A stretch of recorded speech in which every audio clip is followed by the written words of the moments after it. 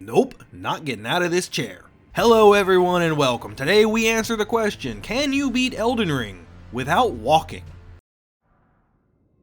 This run was a mistake. Okay, so first thing I need to do is figure out how to actually move, because no matter how long I sit here, the bosses will never get tired of waiting and come throw hands in the Chapel of Anticipation. I'm sure most people's first thought would be to simply roll everywhere, but that involves moving the left analog stick, and that means, for one frame, we would be walking. So nope, can't do that. But if we just tap the dodge button, we backstep. Alright, cool, so we have a way to move backwards, and moving forwards is easy enough, as attacking will cause us to slowly inch our way, well, forward, or we can use the dagger to quickstep at the cost of FP. Awesome, we now have a way to move forward and back, so let's head out that door and... dang it. I bet there's a couple of you that didn't know this, but that item is actually necessary to open this door, but no matter how many times I attack, I can't turn my character. Luckily, there is a reason why I picked Bandit. See, the Bandit comes equipped with a bow, which we can zoom in with, and voila, we now have a way to turn. Yay! Samurai also starts with a bow, but I wanted Quickstep and Buckler Parry as I fully expected to need both of them. The first thing I did was collect a few runes and buy the telescope. This lets me have an item that can turn my character so I don't always need to have the bow equipped. But this was about as far as I had planned for this run. To be honest, I had no idea what weapons or shields would help, I didn't know what talismans to get, I didn't even know what build I would go for. I was pretty much lost. However, I did know that backstepping wasn't enough to traverse the whole world, so there were some mobility items I'd need to get. Regardless, I began my journey by backstepping my way to the gatefront runes. I'm not going to complain every time the game world became hard to navigate, because the video would be like 30 hours long, but I will highlight some of the things we all take for granted, like being chased by enemies, especially if they're on horseback. This singular dude obliterated me like 10 times, and every single time I had to backstep aggressively at him. I sure hope that doesn't become a theme. Eventually, I gave up and decided to get a couple of levels, so I farmed some enemies and decided to try my luck at the first dungeon in the game, Groveside Cave. I couldn't do it. How in the lands between am I ever going to become Elden Lord if I can't beat this one simple dungeon? I learned very quickly that there are not going to be any tricks in this run. It's going to be about getting good, and getting good real fast. With my newfound determination, I returned to the bridge and parried my way to victory. The next section of my journey is trying to collect seeds and tears, but then I got to this little ledge. I could have went around, but this is the first of many times I would need a way to jump. Well, jump and move forward, I guess. I grab the whetstone knife from Gatefront and then take the teleporter behind the Third Church of Marika to get to Caelid.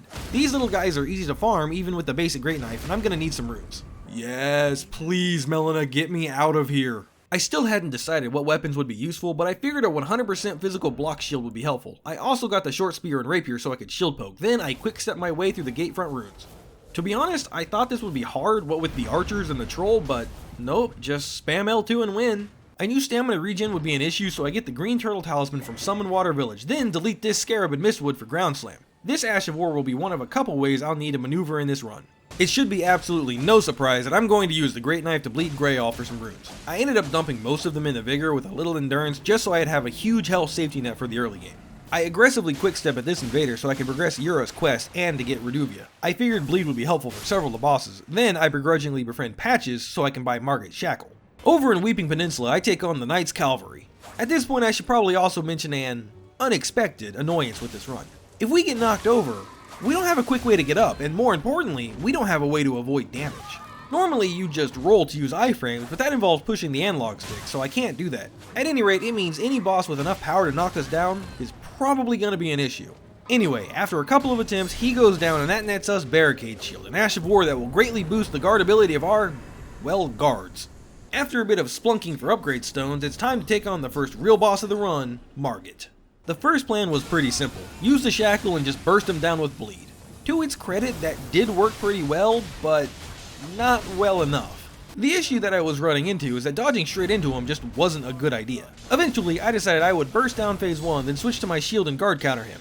So he decided he would just push me off the ledge. Several times. But then it hit me. Margit is parryable.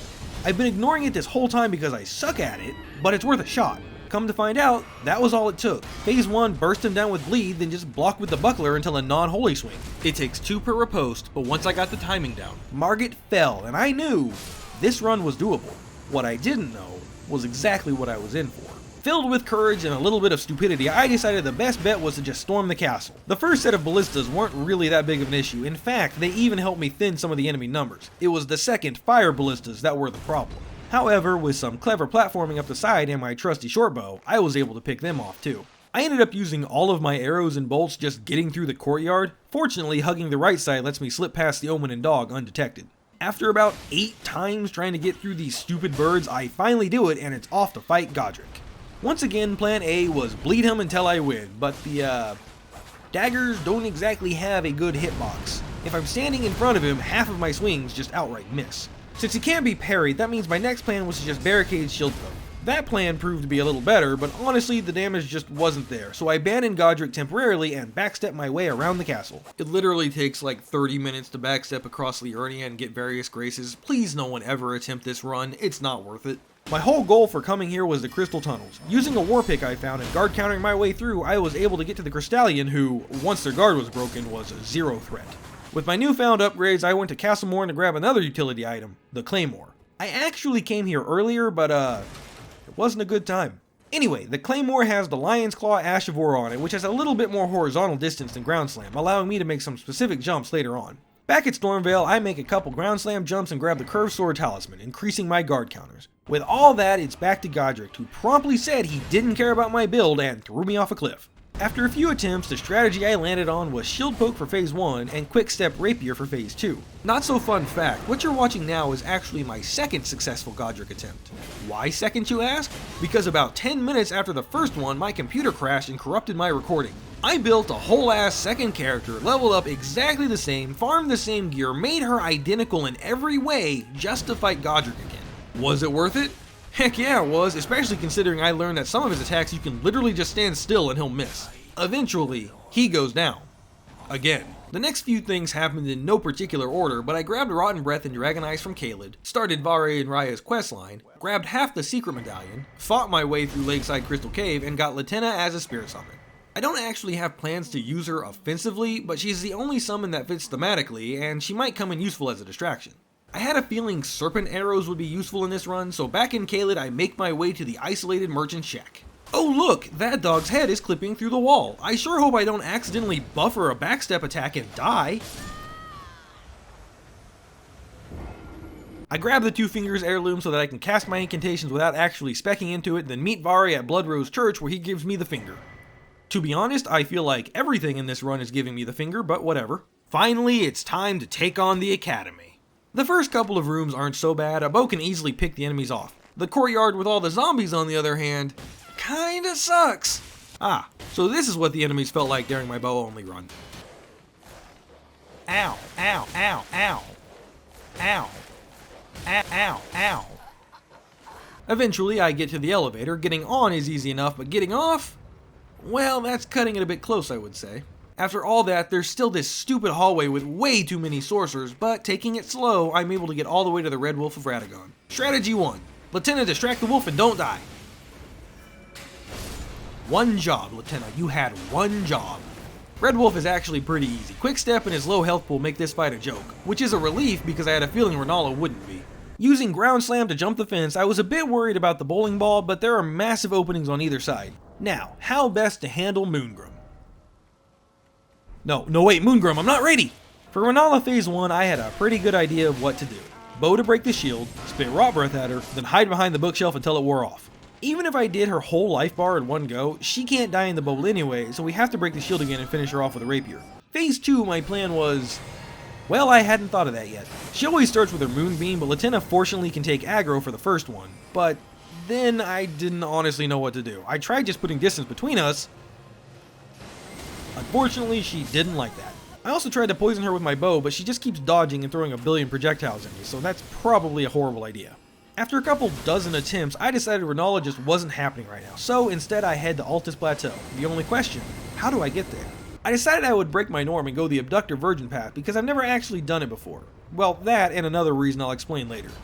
Using Lion's Claw, I can barely make this jump, then it's just a short back hop away from my Iron Maiden friend. I'm so glad I just have to die to this thing. To be honest, I hate fighting them even in a normal playthrough, so it's good I don't have to here.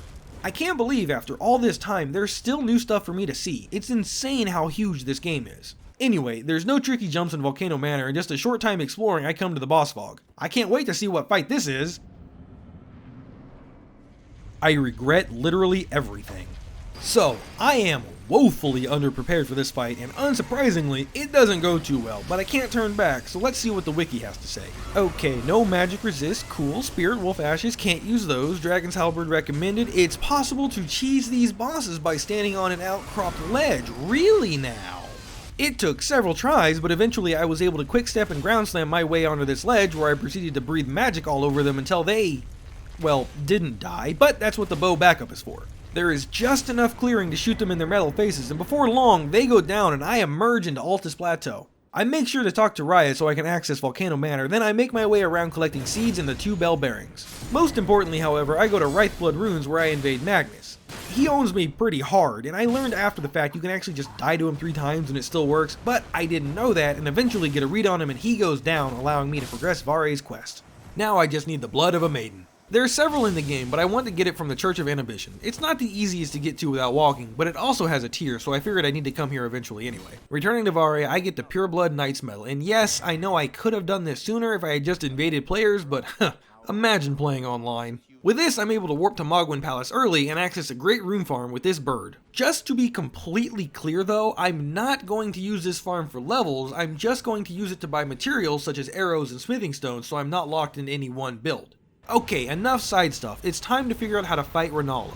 First, I know the Cerulean Hidden Tear would be helpful at temporarily eliminating mana cost. The problem is that it's from the Ulcerated Tree Spirit in Mount Gilmer.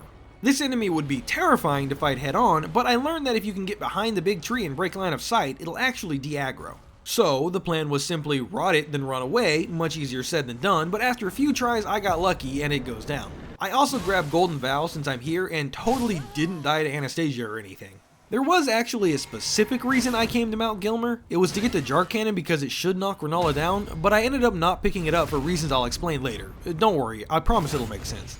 Anyway, back to the Moon Queen. Phase 1 remains the same, except while I'm hiding, I summon Latenna. Since she can't move, I'm not worried about her taking damage, and this lets me have one less thing to do before phase transition. When she does go all Bayonetta, I immediately pop the Cerulean Tear and start casting Rotten Breath. Latenna will take aggro, so I don't need to worry about being hit by her Kamehameha, and after 2 deep breaths, she's rotted.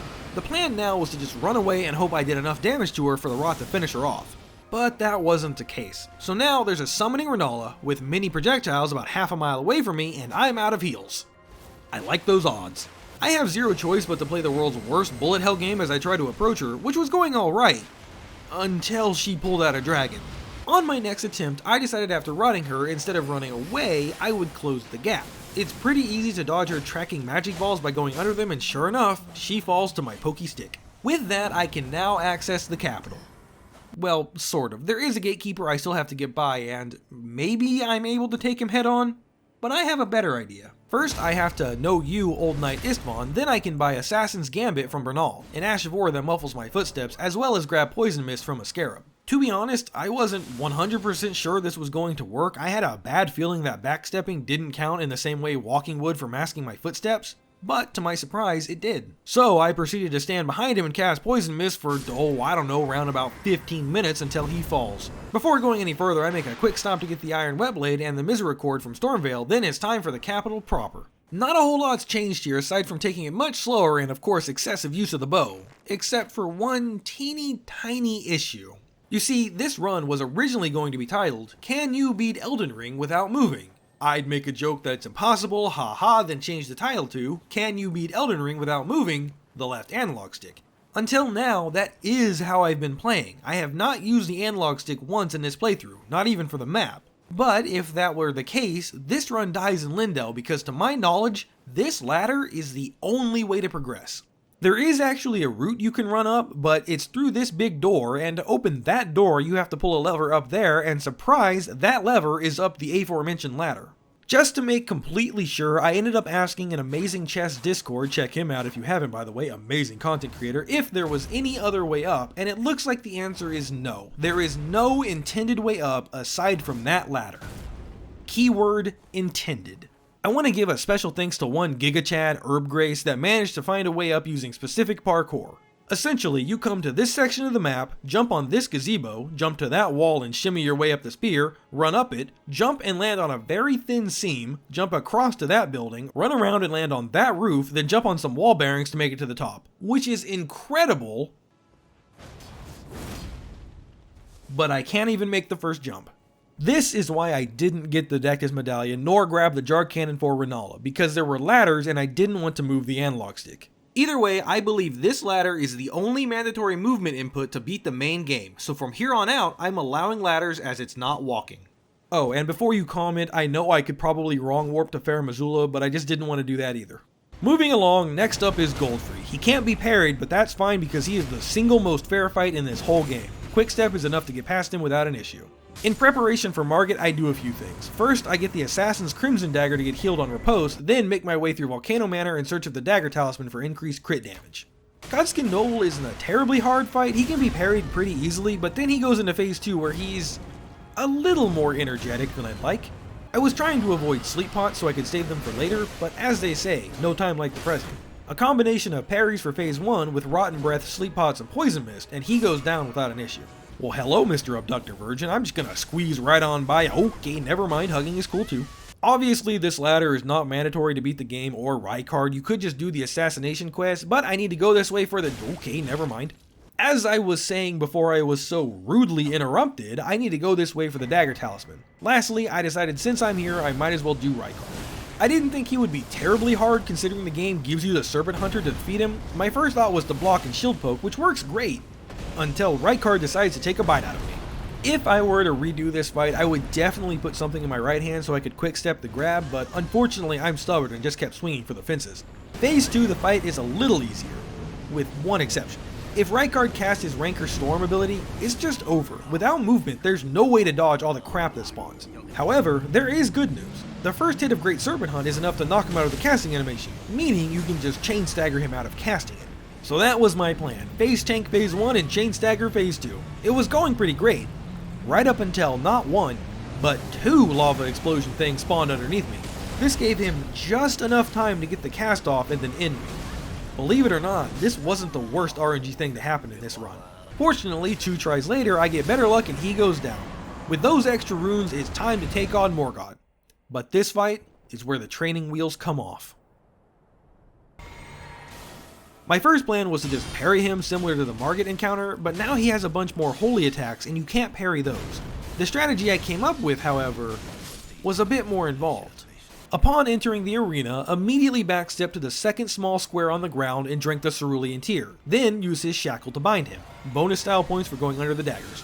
Cast Dragonites for just more than one breath. This isn't going to do a whole lot of damage, but it's enough for Frostbite, then bind him again. Switch to Rotten Breath for a full cast, which will proc Rot. Immediately use the telescope to look 90 degrees away from him. After a second, he should cast the swords attack. Just backstep a couple times to get away from it. Here's where the fun starts. I had my seal and my buckler in my left hand. That means I only need to press left once in order to switch between parry and quickstep, as opposed to trying to two-hand the rapier. In short, quickstep was used on attacks that I knew I couldn't parry, then I would have the buckler out and try to approach just by swinging the sword.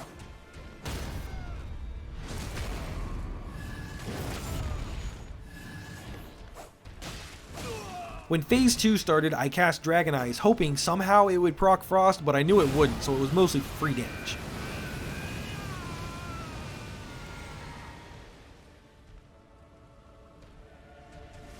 I wasn't able to parry his Blood Flame Blade attacks in any of my other attempts, but they are easy enough to avoid with only dodging. Here he calls down the swords again. I just try to backstep them. Sometimes the way they're positioned you can get away with it, but this time I wasn't lucky. I could have parried this attack, in fact I did in the beginning of the fight, but my nerves were slowly getting to me.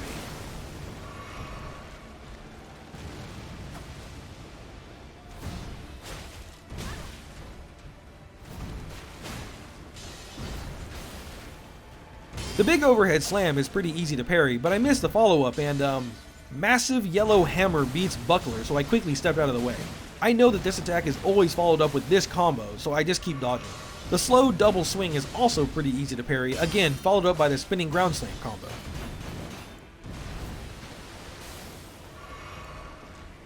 With just one more parry, Morgott the Omen King has fallen.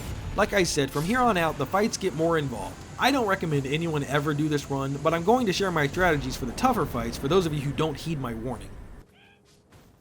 I didn't even know these dudes had a grab attack. Oh, well, see ya. Gosh, it sure would suck if after I slowly made my way all the way across this bridge, I missed time to dodge and got knocked off. I hate this game. Stupid dog, I bought the beast repellent torch. You can't touch me. Before taking on the fire giant, I did another set of random things in preparation for future fights. First, I got the Faith Knot Crystal Tier, then the Godskin Prayer Book so I could buy Black Flame Blade. Next, I grabbed the Great Shield Talisman for guard boost, something I should have done ages ago considering I'm using a medium shield, but in hindsight 2020. Absolutely eviscerated this Deathrite bird with holy water pots for the red feathered branch sword, then made my way to Caria Manor. The reason I didn't come here earlier was because I was worried about Loretta's magic damage, but we're so laughably overleveled for her now it doesn't matter. Talk to the 5th best girl to start a questline, then safely grab the Bolt of Grandsax. I also yoink Lionel's armor because I have a feeling I'll need it later, then I descend into the sewers. Bows are the second most useful thing in this run. Can you guess what the first one is? Time for Mog, who I didn't anticipate to be a problem, at least not this version of him. Great start. The only thing in this fight that sucks is when he calls blood down directly on top of you, because depending on how he follows up, there might be no choice but to dodge back into it. Hey Mog, I need to heal. Okay man, no problem. Thanks Mog. I get the Erdtree favor +1, then take on everyone's favorite FromSoft boss, platforming over an instant death pit. This was tedious. Without being able to microspace myself with moving, I have to rely on hitting the wall with my weapon to bounce off, then hoping Ground Slam wouldn't go too far. But at the bottom I claim both my prizes, Inescapable Frenzy and the Fingerprint Stone Shield. Okay, I have delayed the inevitable long enough. Decked out in new armor, it's time to backstep across the mountaintops towards the Fire Giant. I know what you're thinking. How on earth am I ever going to handle Fire Giant under this restriction? Well, the answer might surprise you, because it sure as hell surprised me too. Dual daggers. Specifically Reduvia for bleed and a cold infused quickstep great knife for frost. I know how absolutely insane that sounds, but honestly, it was surprisingly effective. Phase 1 involves just trying to get close to him, but it's best not to waste quicksteps. Because of the sheer speed of the daggers, it's not that hard to break his anklet. Once he adds fire to the mix, it gets a little bit trickier, but nothing too intense. He will always start with Flame of the Fell God. Optimistically, he doesn't do anything else because you can actually just backstep out of the explosion radius. If that's not an option, just time quickstep with it and spam it to get out of the lingering hitbox. And that's pretty much phase 1. The worst thing he can do is burn Flame because it's RNG where the pillars come up, but either way, the daggers and status procs should carry into phase 2. This is where it gets a little bit more difficult. My first thought was to try and proc Rot because it might be enough to take him down, and here is where I got unbelievably lucky. I staggered him. And then I started to panic. Backstepping away as fast as I could, I made 2 mistakes. 1, I accidentally drank my last Estus instead of using the telescope, and 2, I tried to hit him with Rot when I really should have been focused on survival. The moment I saw him open his mouth, I knew it was over. The worst part? Just how little health he had left. I can't even see the bar. As heartbreaking as that was, I knew it was possible. I tried a few more times, but the stagger was so incredibly clutch, and without it, I couldn't get Rot off before I was forced to back away. But then I thought, why not approach? After all, I can't beat the shit out of him without getting any closer. So this time, after the 2 initial casts, I quick stepped in and went for a 3rd. Not only was this enough to proc Rot, but based on how low his health was earlier, it should be enough to finish him off. All I have to do is focus on surviving. Just in case, I still took a few shots when I had the chance, and when he opened his mouth again, I was terrified, but for some reason that cast was short, but as they say, we take those.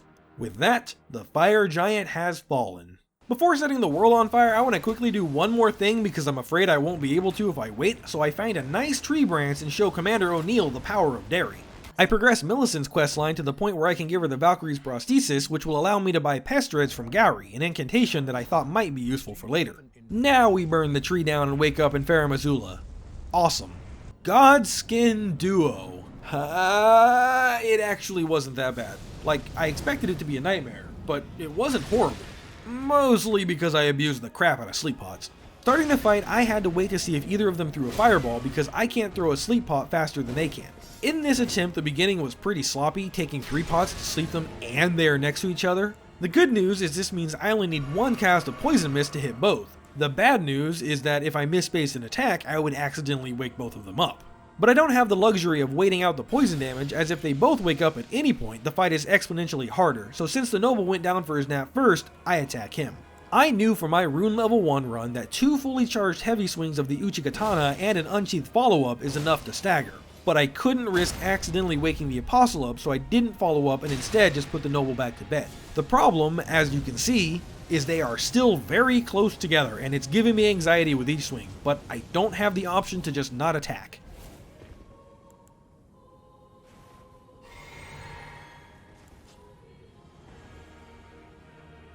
This time I opt for 3 heavies, which also result in a stagger because I was worried Unsheath would accidentally clip the noble.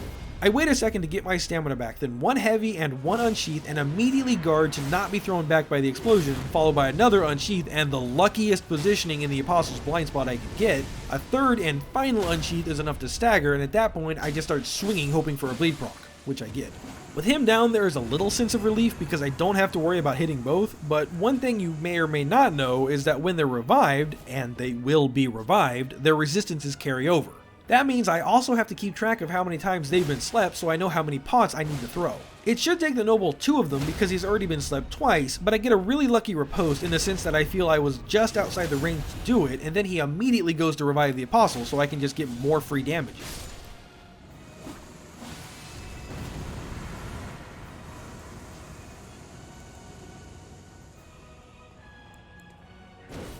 The apostle has only been slept once, so 1 pot with good positioning should work, and it does.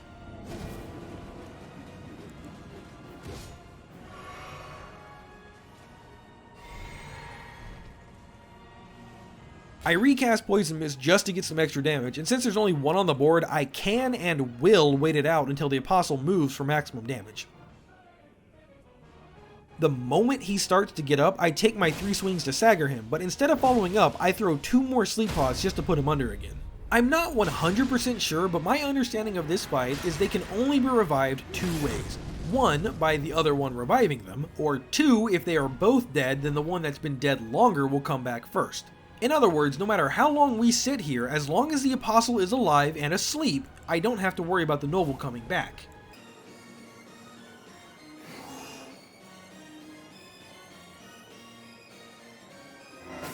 Once again, I sit and wait for the apostle to move. This time I actually got a little impatient. There was no reason for me to attack this early, but my nerves got the better of me. 3 swings and a riposte are enough to end him, but I took a couple extra swings at his body as they still take damage, then immediately threw a pot where the noble would spawn. I ended up hesitating because I saw Poison Mist go offline and I knew sleep pots cost FP, so I thought I needed to use a blue Estus, but I panicked and just hit square to throw one anyway. I took a couple of hits because of that, but in this case, hesitation did not mean defeat and I was able to put the noble to sleep, and at that point, it's GG. Just to make sure though, I still waited out the poison until I saw the noble start to get up, but like I said, it's game over. Good thing too, because I was almost out of Trina Lilies. Since I was now allowing ladders, I went and grabbed the hand ballista because I knew it could do this. Satisfying. The next obstacle is the Draconic Tree Sentinel. Normally I just run by him and into the boss arena, but yeah, can't do that. After carefully observing him, I noticed he stopped on the ramp, so if I got by him, I could use the Poison Mist strat again. Full disclosure here, I just quick stepped past him, then quit out and used Assassin's Gambit. I probably could have taken him, but I was already at hour 30 of this run and not even done with the main bosses, so... Before fighting Malekith, I had the dumbest slap fight with Bernal to get the Blasphemous Claw, then buy a Great Shield from this merchant in Altus Plateau.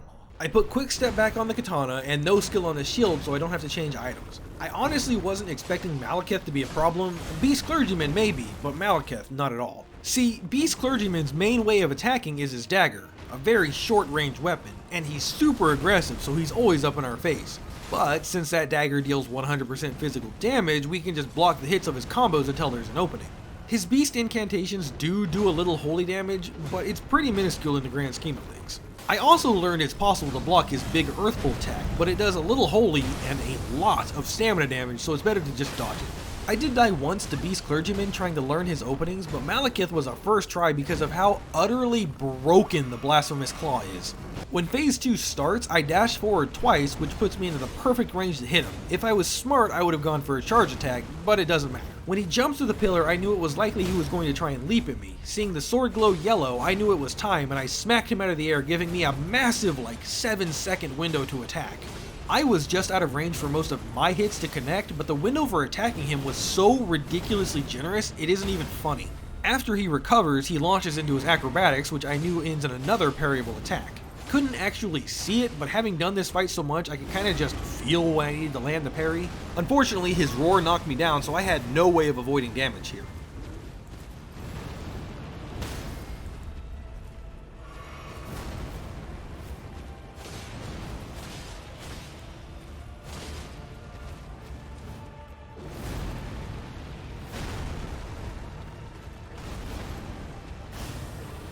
The only attack I was worried about is when he does Destined Death, because I have no way of avoiding it, but fortunately for me, he only did it once and then thought it would be smart to try his hand at not getting parried again.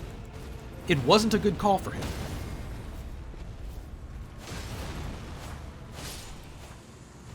Next up was Gideon. I had a plan, a good plan, some would even say a great plan. Impale myself 5 times, pound a shot, raise the roof, set my heart on fire, shower in the blood of an invertebrate, backstep at him to assert dominance, grab his face, look longingly into his eyes, and do not even half his health and damage. Yeah, so I really thought a bunch of buffs would one-shot Gideon. I suppose everything I did was buffing my attack power, and the actual damage of Inescapable Frenzy is rather low. Oops. Now, this fight is way harder because I can't get free hits in. Plan B was to just quick step within range and grab his face, but that proved rather difficult. Individually, Gideon's spells aren't hard to dodge, but when he throws everything at you all at once, kind of a pain in the ass. Plan C was to use the ballista to keep him at bay. If he gets hit by it, he gets blown back, and that does work. Right up until Gideon decided to just walk towards me slowly doing nothing, which he did more often than not. I can't believe I lived to see the day that Gideon was harder than Malekith, harder than Godskin Duo even. He's driving me mad. There must be something I'm missing. Wait a minute, that's it! It's been staring me in the face this whole time! Madness! I learned during my Frenzied Flame Incantation only run that some enemies, including Gideon, won't dodge Frenzied Burst. So that was it then. The actual strategy became stand in doorway and shoot eye lasers at him. You know, I should probably heal, but he's almost down. Greed definitely got the better of me here. Oh well, this proves it's doable, and on the next attempt, he goes down. Next up is a fan favorite, Godfrey the First Warrior Lord. I already knew this fight was doable and easy because the only thing that changed was adding his Earth Shatter attack. I think it's dodgeable, but if it is, it's got a really tight window, and I'm not so good at it. Fortunately for me, it is 100% physical damage and can be blocked at the cost of obliterating your stamina bar. But that wasn't how I intended to do the fight. See, I thought it would be cool to use Vow of the Indomitable to avoid damage, and I was trying to get footage of me blocking it, but on the first attempt I tried to, I ended up getting some amazing luck and he didn't use it in either phase. So I guess let's talk strategy? To be honest, there really isn't anything crazy. Both fights are incredibly fair and Quickstep is more than enough to dodge everything. I guess if I had to say anything, it's to capitalize on the roar halfway through each phase to either build status, lower poise, or both. In my case, I was able to get a bleed proc and stagger in the same hit, and a frostbite proc on the next one, putting him right at the edge of the phase transition. Hoarah is a little more frantic, but still, quick step and a shield for backup is more than enough. The safest windows to attack, it seems, are after his grabs. Just, you know, don't get grabbed and it's fine. It's much safer to just do one attack than go back to waiting. Here I got greedy, thinking I could sneak 2 and got punished for it. When he goes for the roar, once again it's time to apply pressure, just keep in mind he slams the ground twice this time.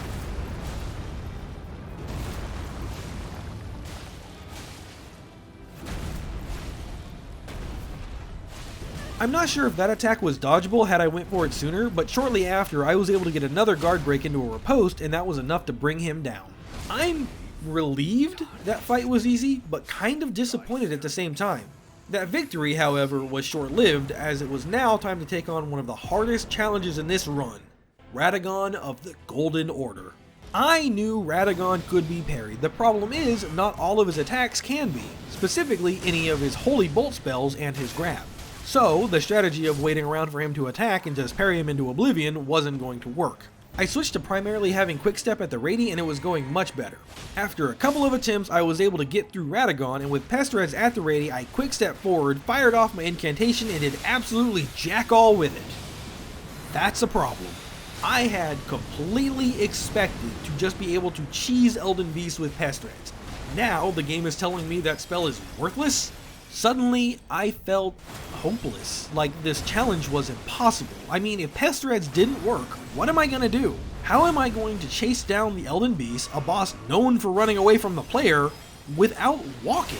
It sounds impossible at worst and utterly insane at best, and it is. Not only do I have to try to keep up with Elden Beast to actually attack him, I also have to worry about managing my FP in both this and the Radagon fights, because remember, there are no breaks between them. Couple that with the fact Elden Beast has 3 attacks that basically aren't dodgeable. I mean, how are you supposed to run away from Elden Stars when you can't run? It seemed impossible, a task that was truly and simply insurmountable. And it felt like it was time to put the controller down and admit defeat. But I didn't come this far just to give up. There was no challenge too great, no obstacle I wasn't able to overcome, and deep down, I knew I could do it. All I had to do was get good. Here is the strategy I came up with. Misericord with an Ice Infusion for Radagon with Seal in left hand for Quickstep and Buckler backup. When the fight starts, Quickstep forward 4 times and fully charge in R2 followed by 2 light attacks. Anytime Radagon charges a Hammer Slam on the ground, parry it, then get 2 light attacks in and immediately switch back to Quickstep so you can react to whatever he does. I Quickstep forward here, but I shouldn't have, it was just a reaction. This twirl attack is slow enough to switch to parry, but only if you know which of his combos have a chance for it to come out. It's risky because of that, and I don't recommend it. Obviously, his grab is not parryable, just dodge through it and get more damage in. It takes 3 parries to be able to riposte Radagon. I have Assassin's Cerulean Dagger equipped to gain FP back from it. By the time he's repostable, Frost should have procced, so he should be in range to start phase 2. Jump the Stomp. He doesn't have a hitbox on his foot, so don't worry about being too close. Dodge the Slam and follow up. I choose light attacks because depending on your position, sometimes heavies can miss.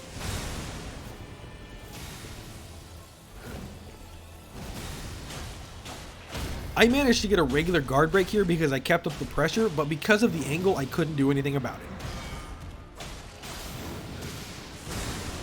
When he casts Elden Shattering, simply dodge through the first wave. If you're close enough, you can get in a sneaky hit or two between the first and second slam. Unfortunately, because of his attack pattern, I was too far away, but there is plenty of time between the second and third slam as well as after the final one. Just keep an eye on your stamina and FP. This big overhead attack is slow, but again, it's much safer to wait for the glowing hammer attacks as those are clearly telegraphed, but I knew he was on his third parry and I wanted to get some FP back before the transition. The teleports can be tricky to dodge. Unfortunately, there's not a trick, it just comes with practice. The moment he goes down, I switch my weapon to a heavy infused Bloodhound Step Katana and switch the Assassin's Dagger to the Carrion Filigreed Crest for reduced FP on skills. Just before the screen fades to black, cast Black Flame Blade and try to make it as close to the transition as possible. As soon as the fight starts, Bloodhound step forward 3 times, unlock the camera, then hit the Elden Beast with 5 light attacks, then Bloodhound step 5 times. Honestly, 4 might be sufficient, but this is enough to get away from the fire. At this point, the best you can do is hope Elden Beast chooses mostly melee attacks and stays close. While he's at a distance, keep the Telescope ready in case he casts any Nebula attacks. These 4 sword swings are easy enough to dodge when they're the only thing to worry about. I try to close the distance and hope to bait a melee attack, and he goes for this slow forward stab, one of the easiest moves to dodge and punish. Any attack opportunities you have need to start with Black Flame Blade for the 2% total HP. This magic hand slam here is another fantastic punish window. RNG was on my side as he decides to go for another melee swipe, but looking at his health, I knew he was going to swim away and cast his ring attack shortly.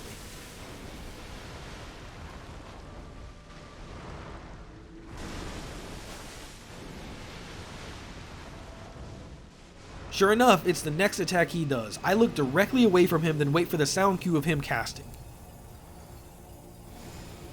As soon as I hear it, I spam Bloodhound Step. Done correctly, this will let you pass through the ring without being staggered and avoid damage.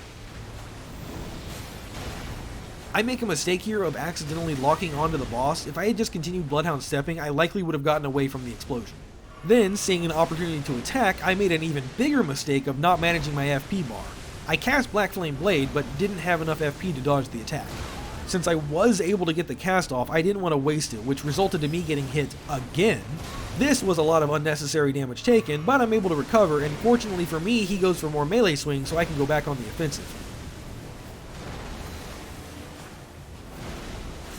Now he's below half health, meaning Elden Stars is about to come out. I used the slow cast as an opportunity to get a couple more hits in, then pop my flask, which has the base Crimson tier to restore half my health, and the Crimson World tier, which effectively shuts down all of Elden Beast's non-physical attacks, including Elden Stars for 15 seconds and even healing me for 5% of the damage taken.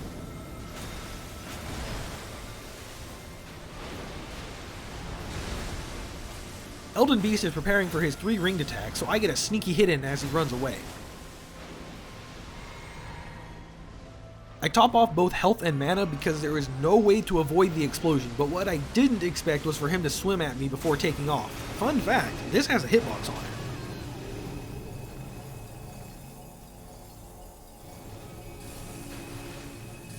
To be completely honest, I'm only partially sure this attack isn't avoidable. I don't think you can manage to Bloodhound Step far enough to avoid the explosion, but I did get staggered by the ring, so who knows.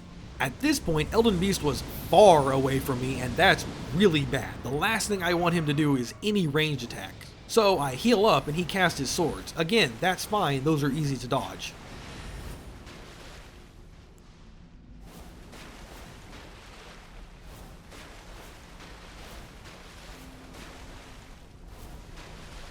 Here he casts Nebula. The smart thing would have been to try to look to either side and dodge perpendicular, but I tried to iframe through it, which didn't work. Then he decides to cast his little golden explosion, and I was horribly out of position and ate that as well. Fortunately, he backed off and gave me a little time to heal. Unfortunately, he chose to do his arrow attack, of which several hit me. I am now at half health, with 0 heals, and Elden Beast is far enough away to do ranged attacks. In other words, the situation is looking pretty dire. Again, this attack, totally fine and easy to dodge. I was hesitant to use Bloodhound Step to close the distance because I only had a couple FP flasks left and I needed to save them for Black Flame Blade. Remember what I said about the telescope? Look directly to the side and Bloodhound Step out of the way. But then he casts Wave of Gold, and honestly, if you're within range for him to do this, you can't backstep out of it and you can't Bloodhound Step through it. But I was kind of far away, so I lived. Nebula again, so we go to the side again. This huge dive bomb attack is fairly easy to dodge and puts him relatively close to us when it ends. He goes for a ground slam, and with one final dodge, his fate is sealed. The Elden Beast falls, and I have beaten Elden Ring without walking. But you all know this isn't the end. There are several more bosses that need to be put down.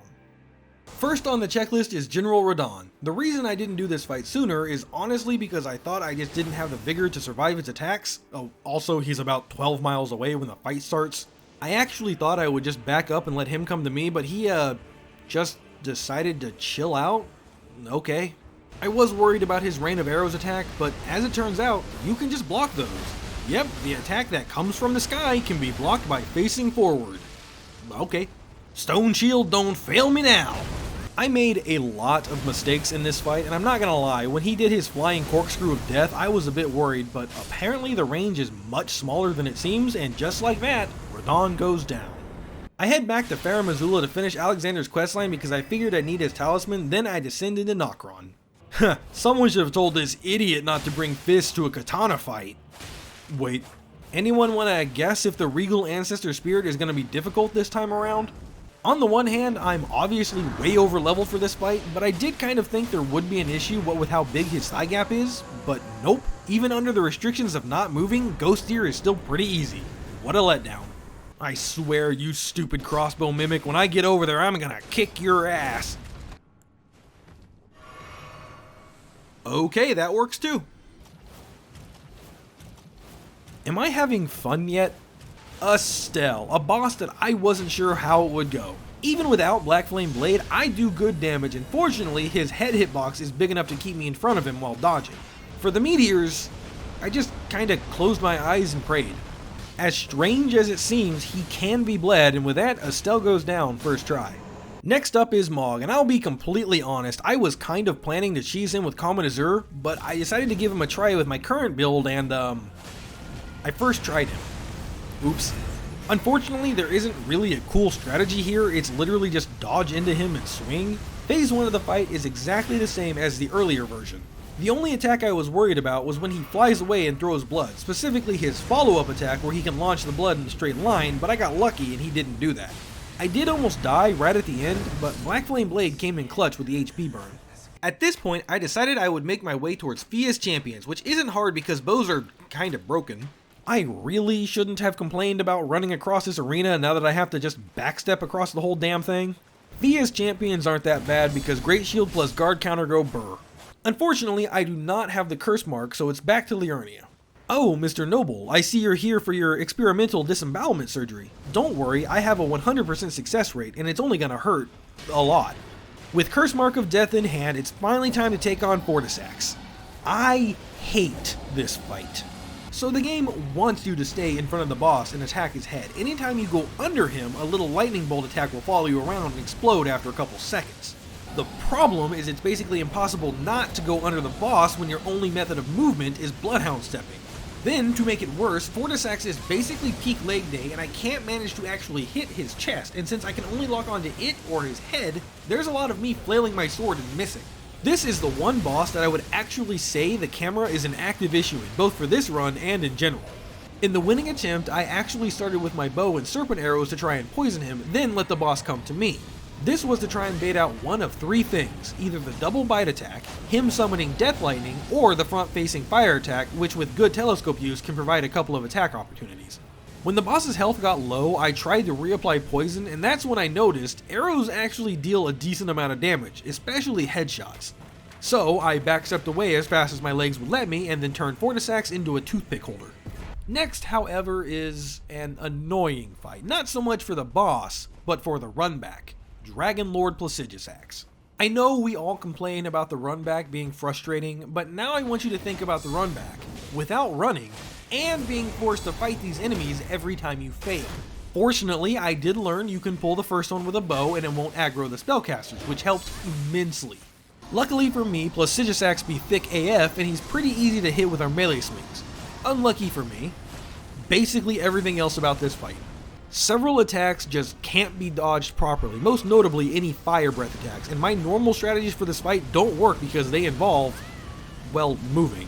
On the upside, his teleportation chains are great because they're all pretty easy to dodge with Bloodhound Step, and there is just enough time to squeeze in an attack, and with our buff on, it'll slowly chip away at his max HP. When he does his big laser attack, just get out of dodge for that one. Remember, this particular attack starts by him calling in the lightning strikes while also disappearing. That's how you can tell. For those of you wondering, Pest Threads also did practically nothing to this boss. I'm assuming it's because I had like 17 faith, but it's fine. I also had the Envoy's Longhorn as backup, but I ended up not needing him. After a few attempts, he goes down. Only one remembrance left, and honestly getting to her is probably going to be equally as challenging as fighting her. First, I have to get to Castle Sol, which wasn't easy. Then when I do get there, these two big cats guard the entrance, and after them, I actually have to take on Commander Nile. Or do I? What if I just jump off this ledge, take care of this pupper, then jump up here, aim a little fancy, and yeah, that cheese is looking good. I probably could have beaten him normally, but honestly, I deserve a break. Plus, this might help anyone who's stuck on him. Just bring a bunch of serpent arrows. Oh, and be careful because after like 100 arrows, you can stagger him, causing him to move slightly. I guess not really an issue if you're playing normally though. Ordina Liturgical Town is the next big issue. Not only is parkouring around a pain without the ability to jump normally, but the archers and assassins roaming the area make it just that much more enjoyable. I do have an answer for the archers though. Bigger arrow. Y'all remember in Dark Souls 1 Priscilla would turn invisible? You ever wanted to do that on hard mode? I could have gotten the Sentry Torch and made this a little bit easier, but no. I decided to sit up here and try and hit this stupid assassin repeatedly. I thought I was smart by trying to poison them so they would always have a health bar, but apparently they're immune to poison, so that's cool. Making our way through the tree isn't that hard because we can use a bow and there's basically nothing the enemies can do about it. I deserve that. I was getting too confident. Loretta isn't an issue. Sure, we can't direct what way we dodge, but Bloodhound Step has enough distance that it doesn't really matter, and the damage both from my normal swings and Black Flame Blade more than makes up for any mistakes. Getting through Elphael is a whole nother issue. The route I normally take involves the latter, but more importantly it involves running by several enemies while platforming, including a couple Royal Revenants. In other words, I'm not following my normal path. When I get to the main choke point area, you know, the one with ballistas, knights, and a freaking Erdtree avatar blocking the door, I do the smart thing and use a bow to pick off the ballista. Then I had a great idea to pull the avatar away from the gate to just try and slip past him. Game, please lock onto the right enemy. Game. Second plan, let's try to go around the boss. I had remembered that there was a little ledge you can jump to. Oh, hey fellas, how's it going? Did that soldier just abandon his post? Oh well, not my problem. It's over, Haligtree Knight, I have the high ground. Okay, so maybe I can Assassin's Gambit and backstep behind him? Oh no, it's the Ballista Archers that abandoned their post. It's become my problem. This time we'll just Bloodhound step past him. That is clearly enough space, and it's not like enemy colliders are weird in Souls games. I regret everything. Eventually, I decided to just land behind him and backstep away, then just quit out. If I had been a little bit faster, I could have aimed at the Grace or just went through the door, but you know what? I've earned this quit out. The final leg of this journey isn't that difficult. It's over, gross hand trim thing, I have the high ground. Before I knew it, the time had come to fight Malenia. My first thought was to try to parry her into submission. The problem is, right off the bat, she showed me not all attacks are parryable. Nice. Plan number 2 was to go full evasion with Black Flame Blade. The problem here was that it was extremely FP intensive and for as much as I used skills in this run, I never actually leveled mind.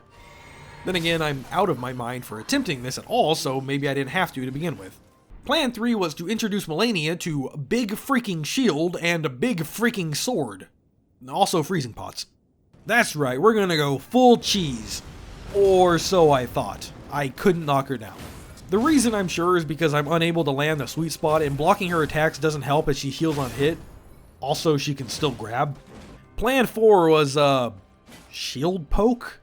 This gave me a little more safety and I can even put Bloodhound Step on it so I could avoid grabs. The problem now is I'm not out DPSing her healing. Plan 5, a Bolt of Gransax, I guess? No, that's just silly, but at this point I was running out of ideas.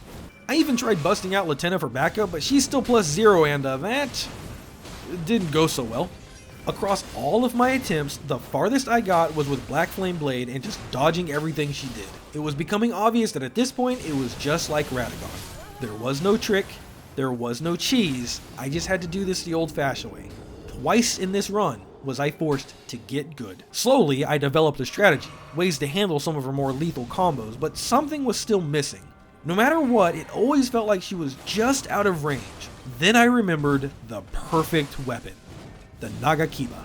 This katana is so long, it put Sephiroth's sword Masamune to shame, and with it, I knew victory rested close at hand. It was time to step into the ring with Malenia and teach her the meaning of complete and utter defeat. In a build like this, aggression is king. The Nagakiba is so long that even when I dodge past her and swing, there's a high chance she's still within range, and with her low poise, if it connects, she will stagger, barring super armor of course.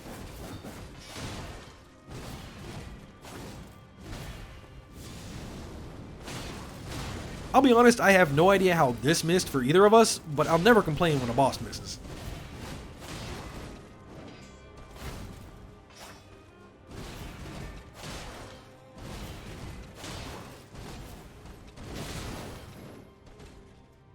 Anytime she winds up for that lunge attack, there is plenty of time to apply the buff and then just dodge. I knew she was well under her waterfowl threshold, so the moment she jumped, I was ready with a frostpot to stagger her out of it. I thought I would have more time to rebuff, but I was just wrong and paid for it.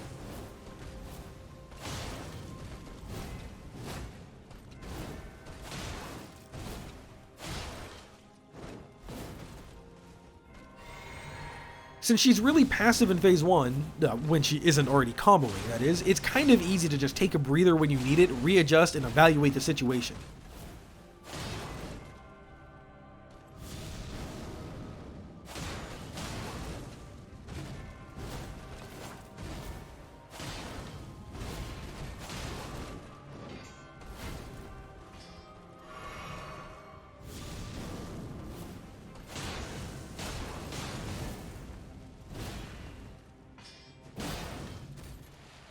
She always starts with Scarlet Aeonia. Just stay unlocked and right before she collides with the ground, start spamming Bloodhound Step. If you're lucky, it's actually possible for her to push you a little further away and you'll manage to avoid damage altogether. Here, I was not.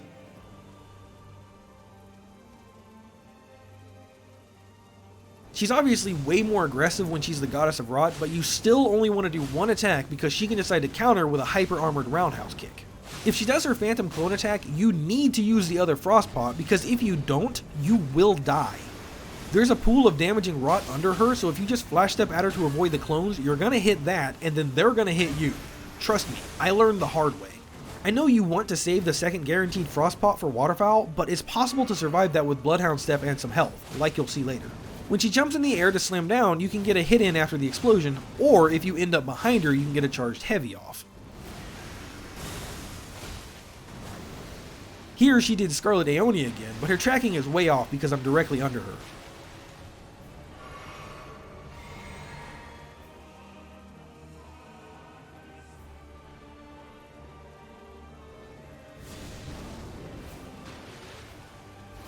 I instinctively tried to use the Frostpot, but even if it connected, it wouldn't have worked. It's better to just flash step as late as you can to avoid the most damage. Step through the second and third one, then backstep a couple times to avoid the final explosion.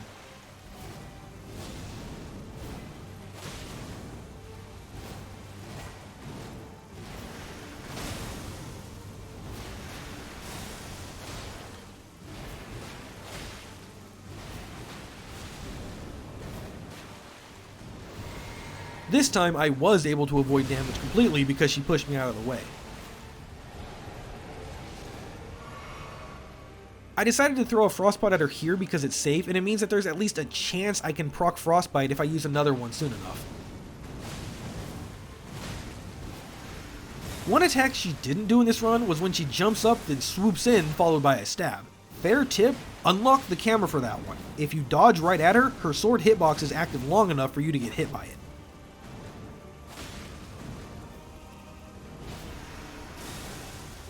I got a poise break off here because of the charged heavies I did, but I wasn't sure if I was in position to get a backstab, so I opted to use Black Flame Blade instead.